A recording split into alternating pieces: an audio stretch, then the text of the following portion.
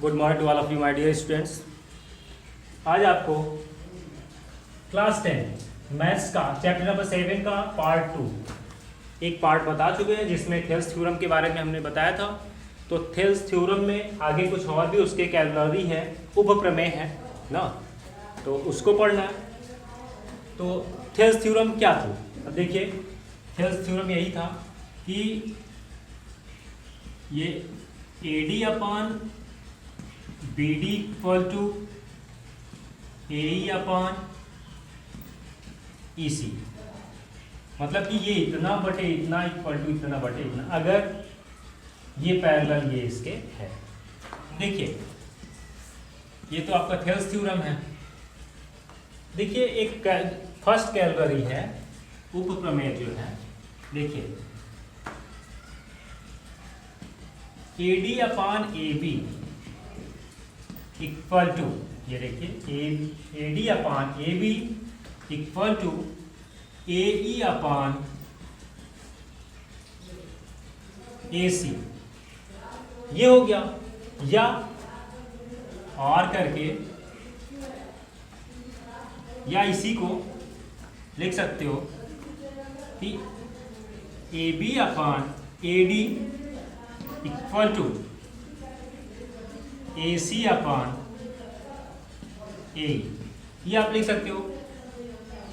वो तो क्वेश्चन के ऊपर डिपेंड करेगा कि आपको कौन सा यूज करना है। अब सेकेंड कैलोरी है, सेकेंड वाला देखिए BD upon AB equal to, ये देखिए BD upon AD, sorry BD upon AB पूरा equal to EC upon AC, या और करके आप लिख सकते हो इसी को अपोजिट, हाँ, AB upon BD equal to AC upon EC। ठीक है, तो ये सब क्वेश्चन के ऊपर डिपेंड करेगा कि आपको कौन सा यूज करना है, कौन सा कैलोरी यूज करना है। तो ये सेकेंड था, ये फर्स्ट था। तो थेल्स थ्योरम हम आपको फर्स्ट पार्ट में बता चुके थे, और ये थेल्स थ्योरम है। और उसके बाद उसमें दो कैलोरी है जो हम ये आपको दोनों बता चुके हैं, एक ये एक ये। आगे और नेक्स्ट थ्योरम पढ़नी है आपको, दूसरी थ्योरम जो पहले वाले की जस्ट अपोजिट है। पहले वाले की जस्ट अपोजिट क्या है?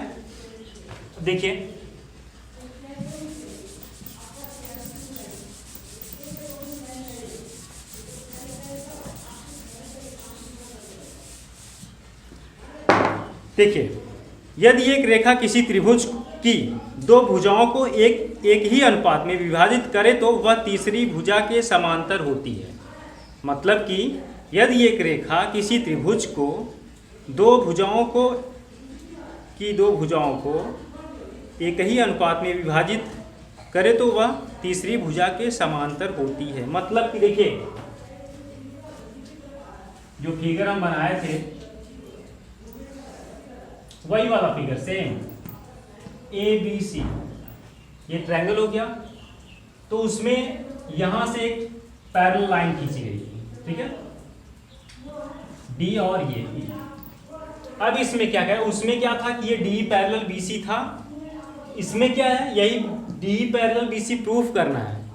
ये चीज और ये चीज दिया हुआ है, मतलब कि AD upon BD equal to AE upon EC, ये इसमें दिया हुआ है। और प्रूफ क्या करना है कि ये जो D है वो पैरेलल BC है, मतलब कि just opposite of Thales theorem. जो थेल्स थ्योरम है उसी का जस्ट अपोजिट है। ठीक है, तो दिया क्या हुआ है वो लिखिए। ठीक है, तो एक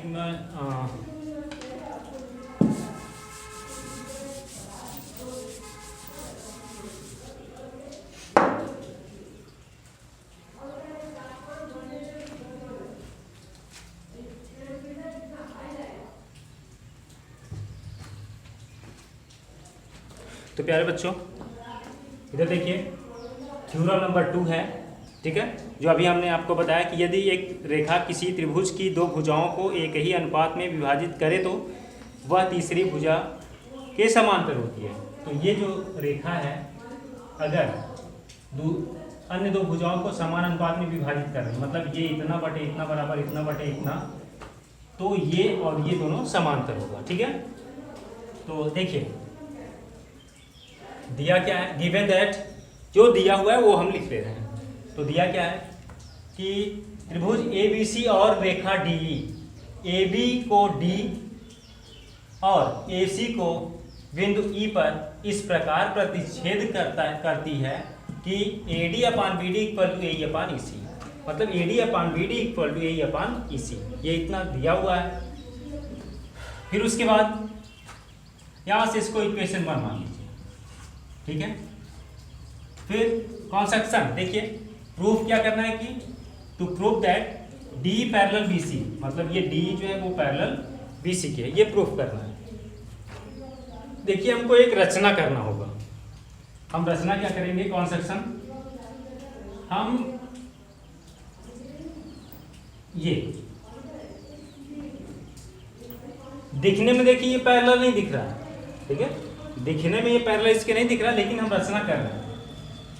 रचना क्या कर रहे हैं कि DF पैरेलल BC खींचा, DF पैरेलल BC खींचा, ठीक है। जो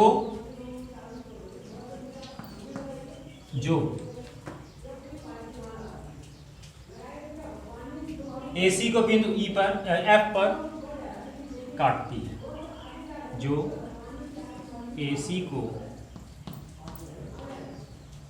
बिंदु F पर काटती, ठीक है। फिर देखिए ये रचना कर दिए, तो थेल्स थ्योरम यूज करिए। ये देखिए जब DF पैरेलल BC है तो AD upon BD equal to AF upon FC होगा। तो देखिए अब आप प्रमाण, आइए प्रमाण, प्रूफ, ठीक है, ये कॉन्सेक्शन हो गया। देखिए चूंकि क्या DF पैरेलल है किसके, BC के, बाई कॉन्सेक्शन, ठीक है। So AD upon BD, AD upon BD equal to AF upon FC, ठीक है। इसको आप इक्वेशन 1 मान लीजिए, ठीक, सॉरी 2 मान लीजिए, 1 यहाँ है, 2 इसको मान लीजिए। अब देखिए समीकरण फ्रॉम इक्वेशन 1 एंड 2, ठीक है, समीकरण 1 व 2 से,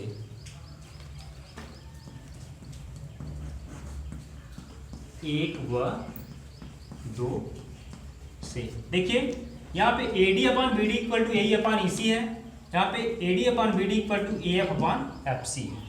तो समीकरण 1 व 2 से क्या हो जाएगा, देखिए ये AD अपान BD, यहाँ पर भी AD अपान BD, तो हो क्या जाएगा, AE upon EC equal to AF upon FC हो जाएगा। तो AE upon EC equal to AF upon FC हो गया, ठीक है। अब इसमें देखिए, अभी इसमें क्या करेंगे, देखिए करना क्या है कि हम ये जो AE है और AF है दोनों को संपाती सिद्ध कर देंगे। जो संपाती हो जाएगा तो DF पैरेलल है किसके, BC के, तो जब संपाती हो जाए तो DE भी पैरेलल BC हो जाएगा। बस यही करना है। तो दोनों पक्षों में आप 1 ऐड कर दो, ठीक है, दोनों पक्षों में आप 1 ऐड कर दो। तो लिखो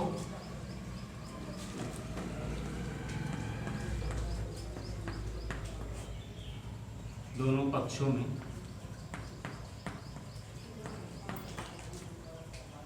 1 जोड़ने का, ठीक है। तो AD upon BD plus 1 equal to AF upon FC plus 1, ठीक है। ये हो गया। अब आप इसको सॉल्व करिए।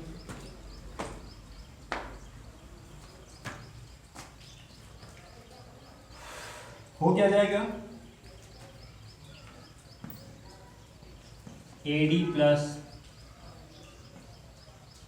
BD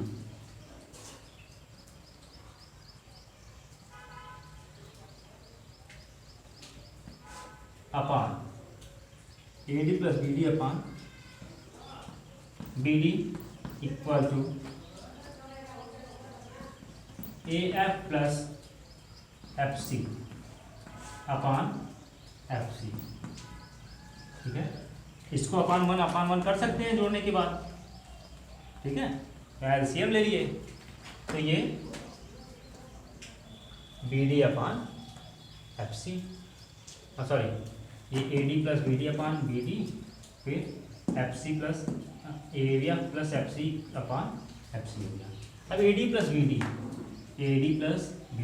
कितना हो जाएगा,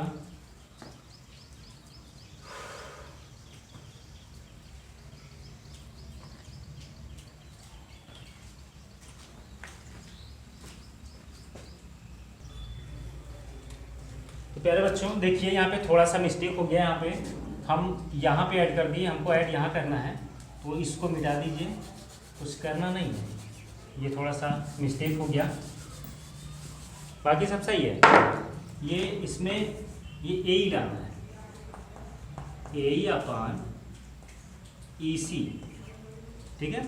अब आइए, अब यहाँ पे ए प्लस EC अपान EC, ठीक है, EC ये आपका हो गया। अब AE प्लस EC मिलके कितना हो जाएगा, AC, AE प्लस EC मिलके AC हो गया upon EC equal to AF plus FC मिलके AC हो गया अपान C हो गया। अब देखिए AC हो गया कैंसिल। अब यहाँ पे क्या हुआ, EC जो है बराबर क्या हुआ, FC हो गया। यहाँ EC जो है वो बराबर क्या हुआ, EC इक्वल टू FC हो गया, ठीक है। EC बराबर FC हो गया। अतः इससे स्पष्ट क्या होता है कि दोनों बिंदु संपाती हैं, ठीक है। अतः इससे स्पष्ट होता है, तो यहां पे अतः इस प्रकार हम कह सकते हैं, अतः इस प्रकार हम कह सकते हैं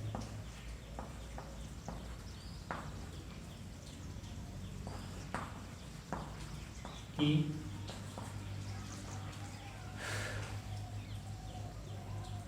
बिंदु E और F संपाती हैं,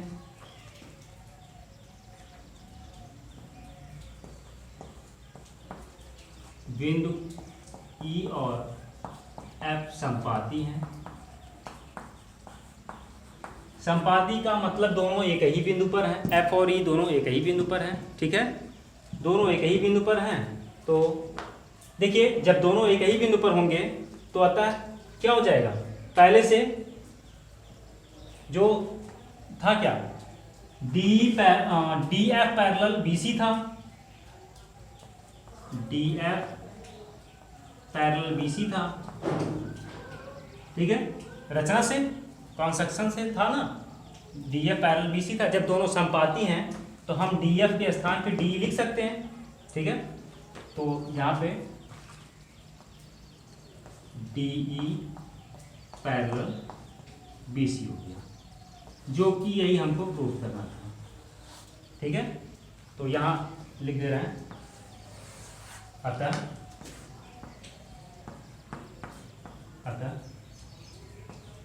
DE पैरेलल BC, जो कि प्रूव हो गया। देखिए एक बार फिर से हम आपको समझाते हैं कि देखिए हमको प्रूफ क्या करना है कि ये जो D है वो पैरेलल BC के है, और दिया क्या है AD upon BD equal to AE upon EC, ये इतना दिया हुआ है।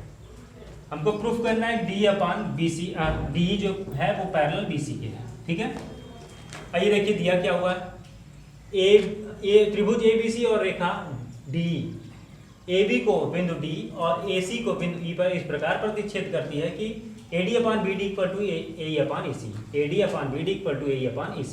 अब यहाँ से देखिए इसको इक्वेशन हम 1 मान लिए। फिर टू प्रूव दैट सिद्ध क्या करना है कि DE पैरेलल BC, ये D जो है वो पैरेलल BC, ये प्रूफ करना है। तो देखिए कंस्ट्रक्शन हमने क्या किया, DF पैरेलल BC खींचा, ये जो DF है वो पैरेलल BC खींचा, जो AC को बिंदु F पर प्रतिच्छेद करती है। अब आगे प्रूफ देखिए, चूंकि देखिए कंस्ट्रक्शन से DF पैरेलल BC, कंस्ट्रक्शन से रचना से, फिर उसके बाद AD अपान BD, देखिए बाइथेल्स थ्योरम, यहाँ पे हम लिख सकते हैं बाइथेल्स थ्योरम ना, सरदार है बस, ये AD upon BD equal to AF upon FC, तो ये AD upon BD equal to AF upon FC हो गया। फिर फ्रॉम इक्वेशन 1 और 2, समीकरण 1 व 2 से देखिए यहाँ पर भी AD upon BD equal to AE upon EC है, यहाँ पर भी AD upon BD equal to AF upon FC है। तो यहाँ देखिए ये दोनों सेम है, तो यहाँ समीकरण 1 व 2 से ये इतना AE upon EC equal to AF, ये इतना AF अपान FC हो गया। अब देखिए दोनों पक्षों में 1 जोड़ने पर, दोनों पक्षों में हमने 1 को ऐड कर दिया। जब ऐड कर दिया इसको सॉल्व करने के बाद देखिए AE प्लस EC अपान EC, फिर AF plus FC upon FC। यहाँ पे देखिए इन दोनों को डिवाइड किए तो ये AC हो गया, AC और ये AC तक कट गया। फिर देखिए यहाँ EC इक्वल टू क्या हुआ, FC हो गया। इससे यह स्पष्ट होता है, या हम इस प्रकार कह सकते हैं कि बिंदु E और F समपाती हैं, मेन दोनों एक ही बिंदु पर हैं। जब दोनों एक ही बिंदु पर हैं तो हम कंस्ट्रक्शन से यहाँ देखिए रचना से DF पैरेलल BC हमने लिखा, यहाँ पे खींचा है, तो DF पैरेलल BC हमने यहाँ लिखा। उसके बाद जब DF और E दोनों समपाती हैं तो F के स्थान पे हमने E लिख दिया, तो DE पैरेलल हो गया BC के। तो ठीक है, जो हमको प्रूफ करना तो आता है यहाँ पे, अतः DE समांतर है BC के, जो हमको प्रूफ करना था। ठीक है, नोट करिए।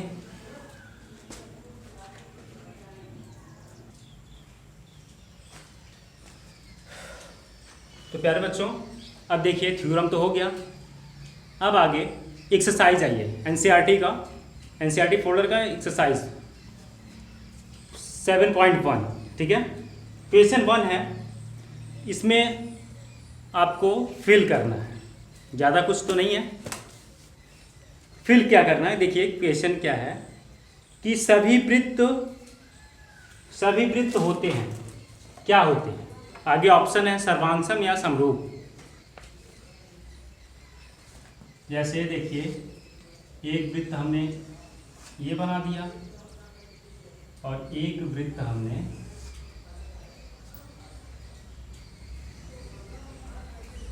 ये बना दिया। अब देखिए ये कैसे वृत्त दिख रहे हैं, बताइए। सर्वांगसम में समरूप है, सिमिलर है, क्योंकि इसमें कह रहा है कि सभी वृत्त बड़ा छोटा हो सकता है, लेकिन क्या है वो एक ही जैसा हो सकता है। तो सभी वृत्त क्या हो सकते हैं, पहले में क्या होगा, पहले में सभी वृत्त समरूप हो सकते हैं। ठीक है, पहले में ये होगा। फिर दूसरा, पहले का दूसरा है, कह रहा है कि सभी वर्ग होते हैं, सभी वर्ग। देखिए वर्ग के लिए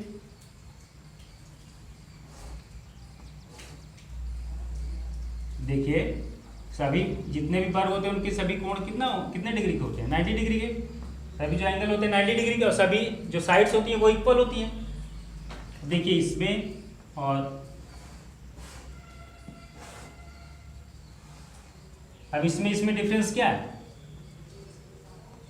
आकार तो सेम है, पर जो मेजरमेंट है, माप है, वो अलग है। तो हम क्या कह सकते हैं, ये भी समरूप है। ये भी क्या है? समरूप है। ये भी समरूप होगा। फिर क्वेश्चन नंबर 3 है, सभी ... त्रिभुज समरूप होते हैं। ब्रैकेट में है समद्विबाहु त्रिभुज, समबाहु त्रिभुज। समद्विबाहु त्रिभुज नहीं, समबाहु त्रिभुज। ठीक है।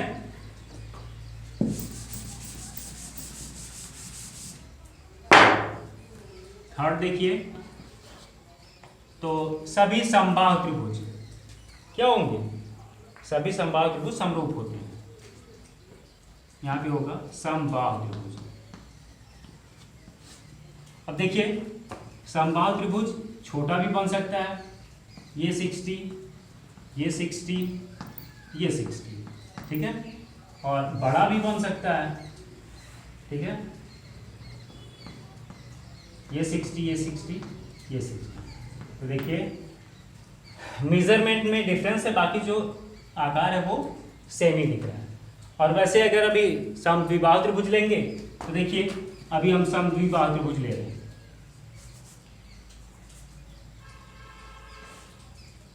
चलिए इसमें दिखा दें कि ये और ये बराबर है, ठीक है। ये भी दूसरा एक समद्विबाहु त्रिभुज ले रहे हैं।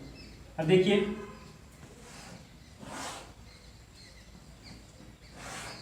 अब इसमें हम ये और ये बराबर दिखा दे रहे हैं, तो करेस्पॉन्डिंग जो है वो इक्वल होना चाहिए, ठीक है, इसलिए ये नहीं होगा, ठीक है। तो इसलिए आपका ये तीसरा हो गया।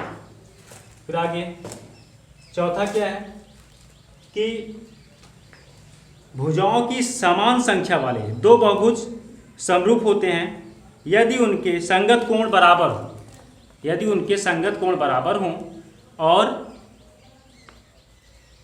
बी वाला है, चौथे का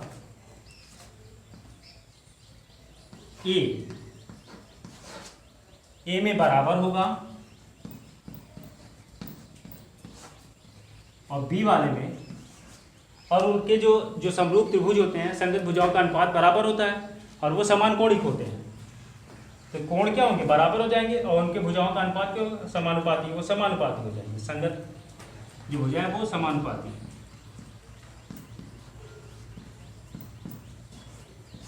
ठीक है। ये हो गया आपका। आगे क्वेश्चन नंबर 2 है, निम्नलिखित युग्मों के दो भिन्न भिन्न उदाहरण दीजिए। समरूप आकृतियां। अब समरूप आकृति, ठीक है, तो समरूप आकृति में जैसे अभी समबाहु त्रिभुज ले लीजिए और फिर वृत्त ले लीजिए, ठीक है। तो ये जितने भी वृत्त बनेंगे और जितने भी समबाहु त्रिभुज बनेंगे सब समरूप होंगे, ठीक है। और वृत्त भी हो जाएगा, फिर वर्ग भी हो सकता है, ठीक है। फिर आगे ऐसी आकृतियां जो समरूप नहीं है, बताइए वो आकृतियां जो समरूप ना हो। तो जैसे त्रिभुज चतुर्भुज कर दीजिए, वृत्त और वर्ग कर दीजिए, ठीक है, कि ये एक दूसरे के समरूप नहीं है, ठीक।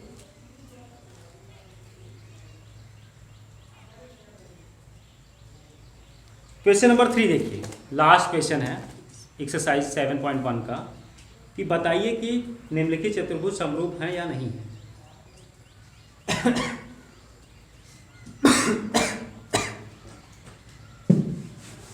दो त्रिभुज, एक पैरेललोग्राम दिया हुआ है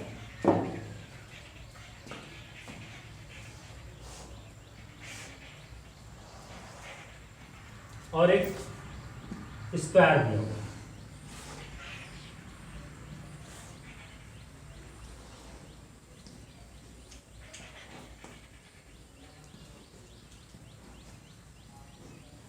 ठीक है। ये ABCD है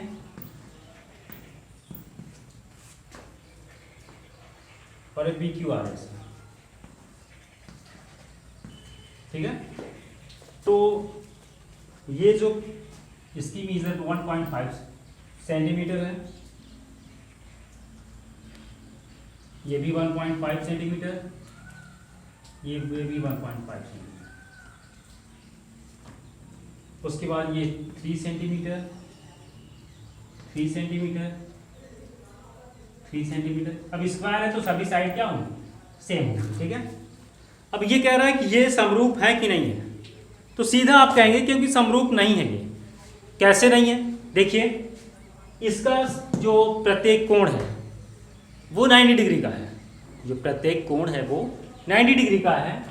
और यहाँ पे देखिए एक P जो है, P और R ये क्योंकि समांतर चतुर्भुज की समभुजाएं समान होती हैं, तो यहाँ पे भुजा तो समान है लेकिन यहाँ पे कोण क्या है, कोण समान नहीं है, ठीक है। ये 90 डिग्री है और यहाँ पे ये न्यून कोण है, ये भी न्यून कोण है, ये अधिक कोण है।